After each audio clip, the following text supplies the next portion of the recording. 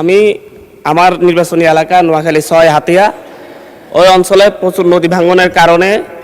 প্রতি বছরই অনেক শিক্ষা প্রতিষ্ঠানকে স্থানান্তর করা হচ্ছে, কিন্তু সেই সকল শিক্ষা প্রতিষ্ঠান, প্রাথমিক এবং মাধ্যমিক শিক্ষা প্রতিষ্ঠানগুলো ওগুলা নিয়মিত বরাদ্দ না পাওয়ার কারণে এবং ওই প্রতিষ্ঠানগুলোর শিক্ষার্থী যারা আছে তাদের একটা তালিকা করে তারা ঠিকমতো পরবর্তীতে অন্য কোনো শিক্ষা প্রতিষ্ঠানে ভর্তি হতে পারতেছে কিনা, শুধু হাতিয়া নয়, এরকম নদী ভাঙন প্রবণ যত এলাকা রয়েছে ওই সকল অঞ্চলের শিক্ষার্থীরা ঠিকমতো অন্য শিক্ষা প্রতিষ্ঠানে ভর্তি হচ্ছে কিনা নাকি ঝরে পড়ে যাচ্ছে, এই তালিকা করার জন্য শিক্ষা মন্ত্রণালয়ের পক্ষ থেকে কোনো উদ্যোগ আছে কিনা। এবং পাশাপাশি হরিণের দেশ নিজুমদ্বীপ ইউনিয়ন প্রায় 25,000 জনগণের বসবাস, সেখানে একটিও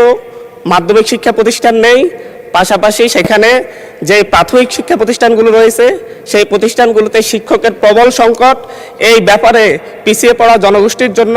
এবং আমাদের প্রত্যন্ত গ্রামাঞ্চলে শিক্ষা ব্যবস্থা পৌঁছে দেওয়ার জন্য সরকারের নতুন কোনো উদ্যোগ আছে কিনা সে ব্যাপারে আমি মাননীয় শিক্ষামন্ত্রীর কাছে জানতে চাই।